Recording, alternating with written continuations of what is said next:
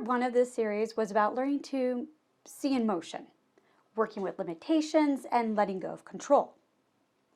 Kyoto felt like a shift, not because it was quieter, but because for the first time, the plan fell away completely. Holy shit.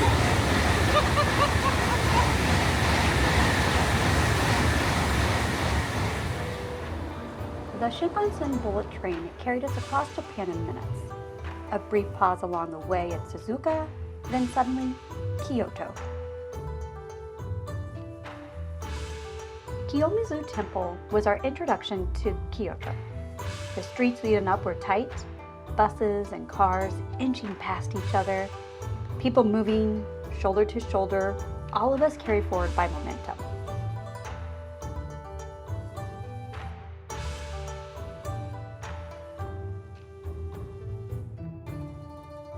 Once we reached the temple grounds, my husband and I set off on our own. Just far enough away to breathe, to explore.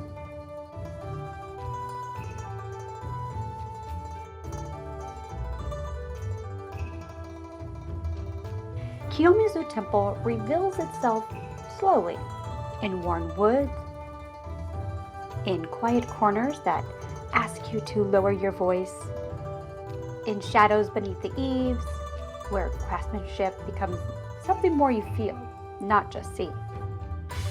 And in the way the temple appears, briefly, between branches.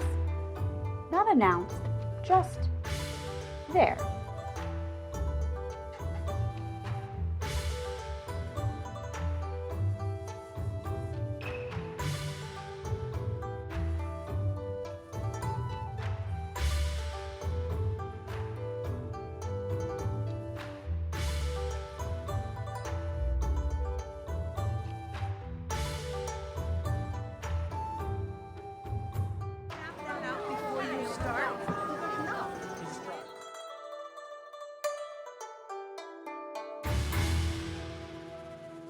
The next morning began in a hospital waiting room. 6 a.m. The lights at the reception still off. By the time the rest of our group headed out, we stayed behind. The plan moved on, and we didn't.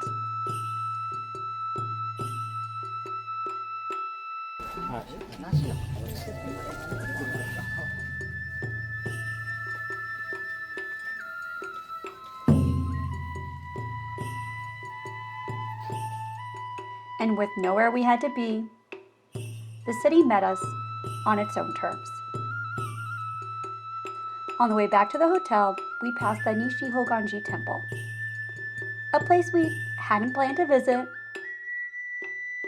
but one that quietly invited us in.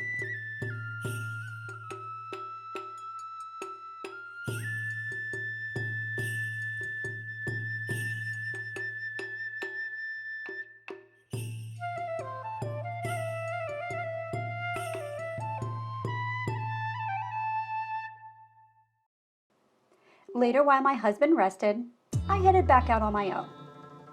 My only goal was simple, to buy a Japanese hand fan. Armed with Google Maps and curiosity, I wandered Kyoto's narrow streets, letting the city unfold one turn at a time. And sometimes, the moment that stops you isn't what you came for. A Nissan Skyline GTR. Unexpected, unmistakable, and a reminder that joy shows up exactly where you're paying attention. By the time I made it back to the hotel, we were ready to head out again. This time, on our own terms.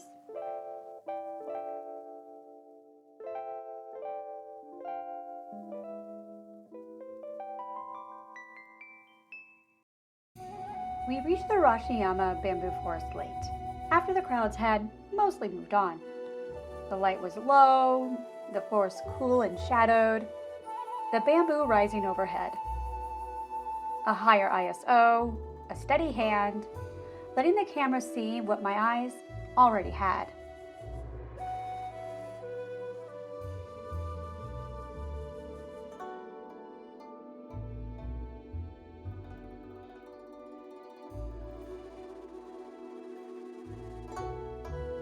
Along the trail above the bamboo, the forest asked for attention. 5 giant Asian hornets gathered on the trail ahead. We stopped, gave them space, the distance, just enough. A gentle reminder that this forest isn't a backdrop, it's alive. We moved on quietly, the path climbing higher toward a clearing and a view of Kyoto beyond the trees.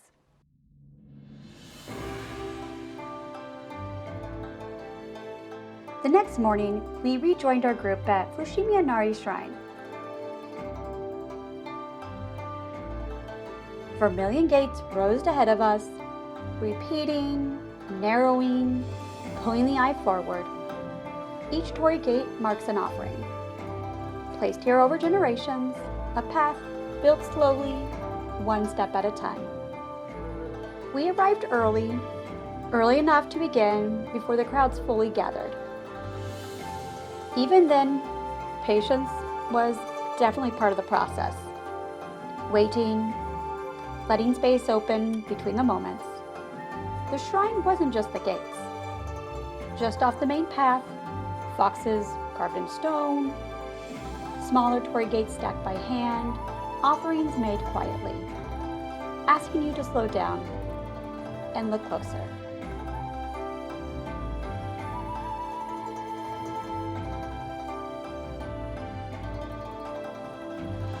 Fushimi Inari doesn't reveal itself all at once. It isn't meant to. It's a network of paths, some wide, some barely noticed, leading into the forested slopes of Mount Inari. The higher we climbed, the fewer people we saw, and the more the shrine asked of us: effort, attention, and in return, space.